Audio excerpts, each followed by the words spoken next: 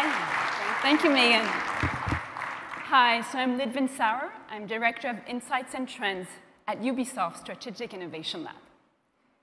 What do we do at the lab? Our mission is to help Ubisoft teams anticipate the future. We help them answer this question: what will influence the future of games and entertainment? Today, I will share with you how we work at the lab and how we try to get a sense of what's coming next. You can think of us as explorers, like those who in the past centuries went off on uncharted oceans to explore new opportunities. And maybe I should get a clicker. That could be useful. Thank you. So I was saying, you can think of us as explorers, like those who in the past centuries went off on uncharted oceans to find opportunities. Like them, to navigate the unknown, we scan our environment for clues and guidance. The early explorers used stars to guide them. At the lab, of course, we don't look at stars. We look for signs of change, because changes in our environment can bring us opportunities. And we live in very interesting times, a time of exponential change. Let me give you a few examples. We live in a golden era for artificial intelligence. We can now blend reality and the digital worlds thanks to augmented reality. In the last months, the world became fascinated by cryptocurrencies, which are digital currencies governed by algorithms and not by governments or central banks. The fact is, these three events are related. We are living a technical revolution that some have called the Fourth Industrial Revolution. And this revolution is going to fundamentally change the way we work, the way we live, and of course, the way we entertain. If you want to anticipate the future, you need to understand three things about the current revolution. The first thing is that we're seeing simultaneous breakthroughs in very different industries. The second thing is that the speed of the breakthroughs has no historical precedent. And the third thing is that an innovation that happens in one field can have a ripple effect and trigger an innovation in another field. But let me go a little bit more into the details. So we're seeing simultaneous breakthroughs happening in parallel in very different industries, from nanotechnologies to renewables to quantum computing. And to get a sense of that, a good way to do is to look at how the price of technology has declined in very different fields. So in the computing world, we have Moore's law, which predicted that computing would increase in power while decreasing in relative cost at an exponential rate. And that's exactly what we've seen in the last decades. But it's not the only field where we're seeing such a phenomenon. This graph here shows how the price of solar energy has been going down since the end of the 70s. And you'll notice something interesting. It's an exponential pattern. And I could have taken another example, so for example, from the field of genomics. 15 years ago, to sequence the first human genome, it costed $4 billion. And now, if you want to get your genome sequenced, it costs about $1,000. So what we're seeing here is that simultaneous breakthroughs are happening, and they're happening extremely fast. The pace of change is accelerating. And if you're not convinced about that yet, let me show you this other graph. So this graph shows the time it took to reach 50 million users for a technology. It took telephone 75 years to reach 50 million users. It took radio 38 years. TV, 13 years. Internet, 4 years. Twitter, 9 months. And 19 days for Pokemon Go. And the reason behind this fast accelerating pace of change is that innovations are combining. They're combining and they're mutually reinforcing themselves. And what has happened in the field of artificial intelligence is a very good illustration of that. So since the 50s, computer scientists have been trying to get machines to behave like human beings. But some problems were just impossible for machines to solve. Let's see one of those problems, for example. So here, any 3-year-old can see that on this picture there's a cat sitting on a sofa. But it took decades of research to get algorithms to be able to analyze images and to be able to say or to see that here there's a cat standing or sitting on a sofa. But now we have computer vision algorithms that are so good that they can not only see that there's a cat sitting on a sofa, but also that in the next picture, there's also a cat, even though it's half hidden. And they're so good that in the following picture, they're able to see that there are two different things. There's both muffins as well as puppies. So how did we get here? Well, it took a combination of 3 things. One, the algorithms themselves got super sophisticated. The second thing is that now we have the computing power to run these sophisticated algorithms, thanks to Moore's law. And the third thing is that internet provided us with a lot of data. And data is what we need to train those latest generation of algorithms. So I think the most important thing to remember here is that if you want to anticipate what's coming next, you need to be prepared for the unexpected consequences of innovations happening in fields that are further away. So that's why at the lab, we think that if you want to anticipate the future, you need to take a bird's eye view and to get a global understanding of your environment. We believe that in order to see what's coming next, you need to understand what's going on beyond the gaming industry and even beyond the entertainment industry. So at the lab, what we do is we try to understand technological shifts, emerging consumer expectations and behaviors, but also developing business practices that can be happening in other fields. And really what we try to do is understand how society as a whole is changing. Anticipating where the industry is going is, of course, everybody's job at Ubisoft. So our role is really to expand teams' horizon and to develop Ubisoft's peripheral vision.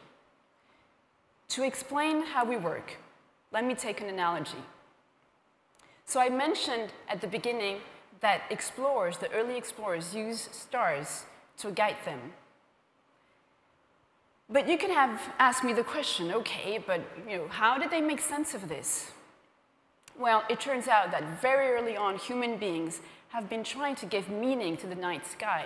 They looked for shapes. They made connections between stars. They looked for patterns. So when the Native Americans looked at the Big Dipper, they saw 3 hunters chasing a bear. At the lab, we also make some connections. We look for connections between the changes that are happening around us. We look for patterns of change. In other words, we try to understand the macro trends that are developing. Macro trends are big dynamics, major forces shaping our environment and therefore shaping our industry. But now I'd like to suggest that we do a little trend spotting exercise. Let's see what's going on now and what it means for the future. So I mentioned artificial intelligence a couple of times. The truth is, the progress in the field has been incredible. And what used to be the stuff of science fiction is now a reality. Last December, a BBC reporter went out to test how much time it would take the Chinese police to find him in a city of 4 million people.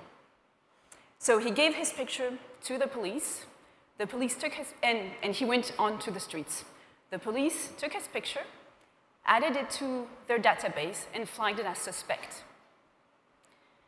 Computer algorithms analyzed his picture, and analyzed at the same time live feeds coming from the cameras operating in the city. Do you know how much time it took the algorithm and the police to find the reporter? It took them 7 minutes. Further away in China, in another city, Alipay, the financial arm of Alibaba, is testing a new way of paying. And it's happening at a Kentucky Fried Chicken. So the idea is you purchase whatever you want, and then you get your face 3D scanned to check your identity. And then that's it. You can walk out of the store. And that maybe reminds you of something else that has happened on the other side of the Atlantic. Amazon has just opened Amazon Go, which is an automated checkout-free store. So how does it work? You need something, you go in, grab what you need, and then walk out. The computer, the system, the sensor system, the camera system within the store will analyze your purchase, and then you will be billed automatically on your Amazon account. So these examples show how artificial intelligence has been moving fast from research labs into the real world. But it also shows something else. We're entering a new era for human-computer interface. Let's say, for example, that I want to create a music video starring my favorite emoji. But the problem is, I am not a professional animator. So how do I do? Well, now, it's easy. I take my phone, iPhone 10, and I lip sync in front of the camera. And with a little bit of video editing, I get a video that looks more or less like this one.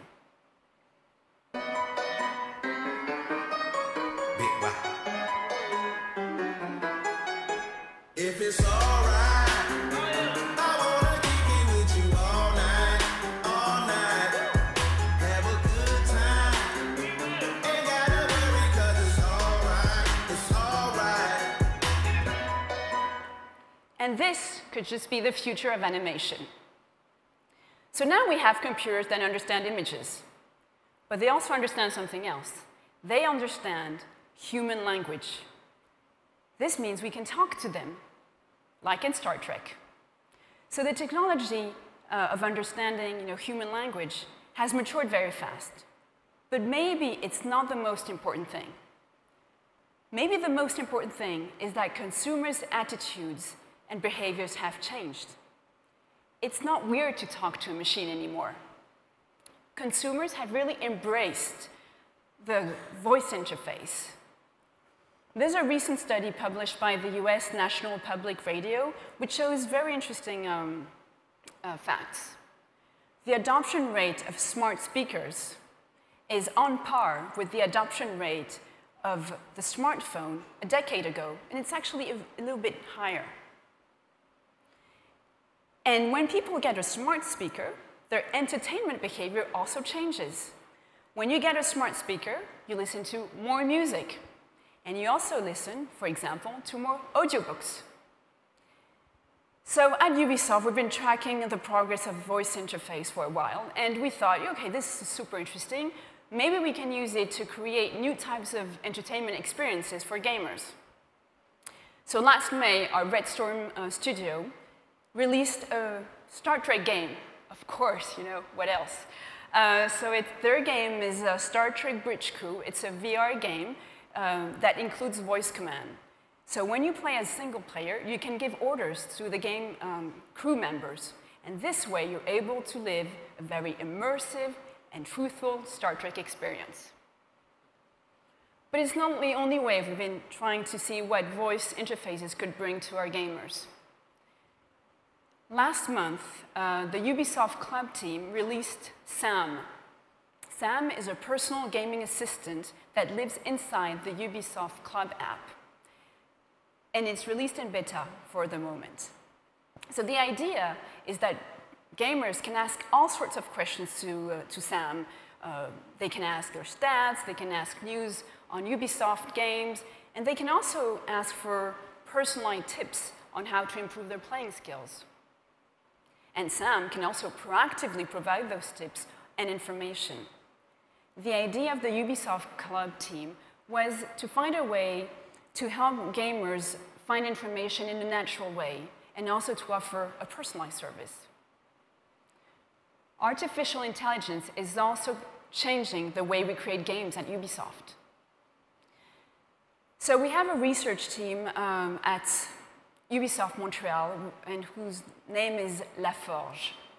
The La Forge mission is to facilitate technical prototyping, leveraging the most recent academic topics. Their current prototypes on fields such as animation, programming, testing, leverage the latest research in artificial intelligence in order to help us reinvent how we create games. One of their current prototypes is around AI-driven animation. And actually, they're ready to share some of the results they have achieved. And one of their team researchers is going to be doing a talk at GDC about how they're using machine learning and neural networks to create new types of animation system. The idea is to be able to produce high-quality, scalable animations. And the objective is to be able to create a big variety of animation without the need of handcrafting everything.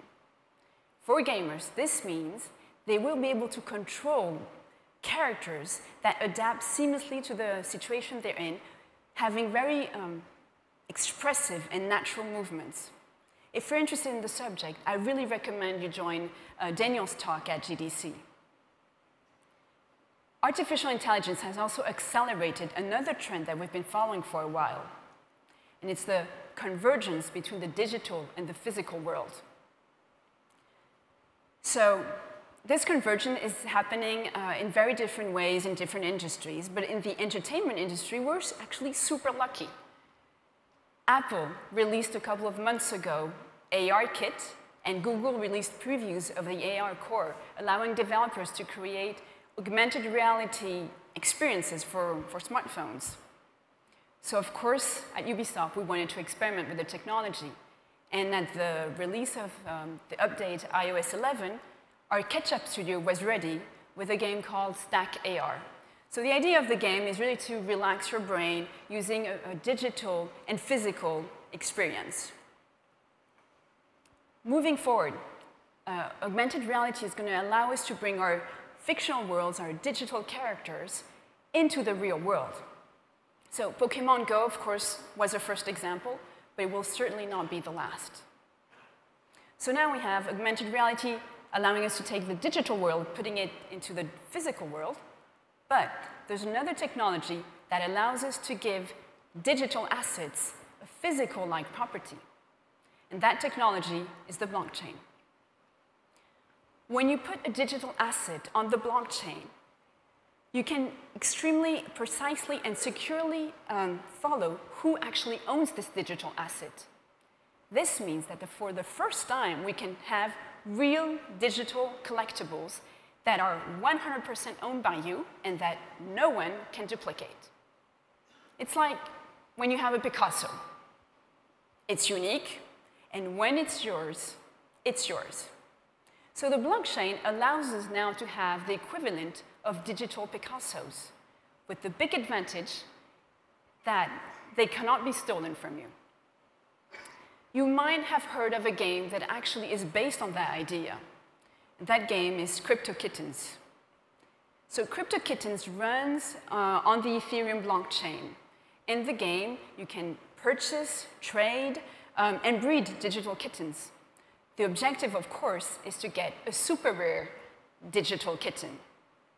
And because these digital kittens are true and rare digital collectibles, some of them have reached prices into hundreds of dollars and even into thousands of dollars. So CryptoKitten is one of the examples of use cases for the blockchain. At the lab, we're exploring other use cases for the blockchain.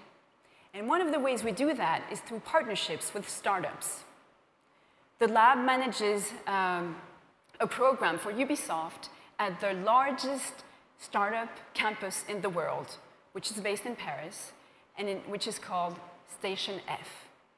Our objective of the program is to set up learning experiences that are both beneficial for the startups and the Ubisoft teams. So the idea is that we have Ubisoft teams advising startups that are active on fields that are at the periphery of what Ubisoft does today. For startups, it's a way to get advice by experts on fields such as technical issues, but also marketing, game design, game development, or business development. And for Ubisoft teams, by advising these startups, they get a chance to develop new skill sets that we believe will be useful in the future. In 2017, the focus of the program was augmented reality and blockchain, and it will continue to be for 2018. There's also another way to explore what happens when the digital and the physical world collide. It's to think about blending the physical and the digital play. So our friends at Nintendo have just released Nintendo Labo, which is a do-it-yourself build and play experience for the Switch. And you might remember that at last E3, Ubisoft has released Starlink. Or not released, actually, announced Starlink, sorry. So in Starlink, you have a physical starship that you can customize. And the customization of the starship is translated into, of course, the game. But there's a big difference with other toy-to-life games that were released previously. Because you can customize the real-life starship, the physical play is as interesting as the digital play. Nintendo Labo and Starlink point also to another trend. Today, entertainment is not just something you consume, it's something you create. Creativity has become one of the most valued social currencies, and people want to put a stamp on the entertainment they consume. And it's based on that idea, on that premise, that we at Ubisoft develop open worlds. We envision the worlds we create as a means for self-expression. So, understanding developing trends and trying to get a sense of what's coming next is at the core of what we do at the lab. But our job doesn't stop there. Our real challenge is to get Ubisoft teams to travel to the future, because it's only by living the future, experiencing it, that you can truly be inspired by it. So how do we do that? Well, I do a couple of things. First, we invite Ubisoft teams to prototype with us on new technologies, on new concepts. We also make them meet or connect. We connect them with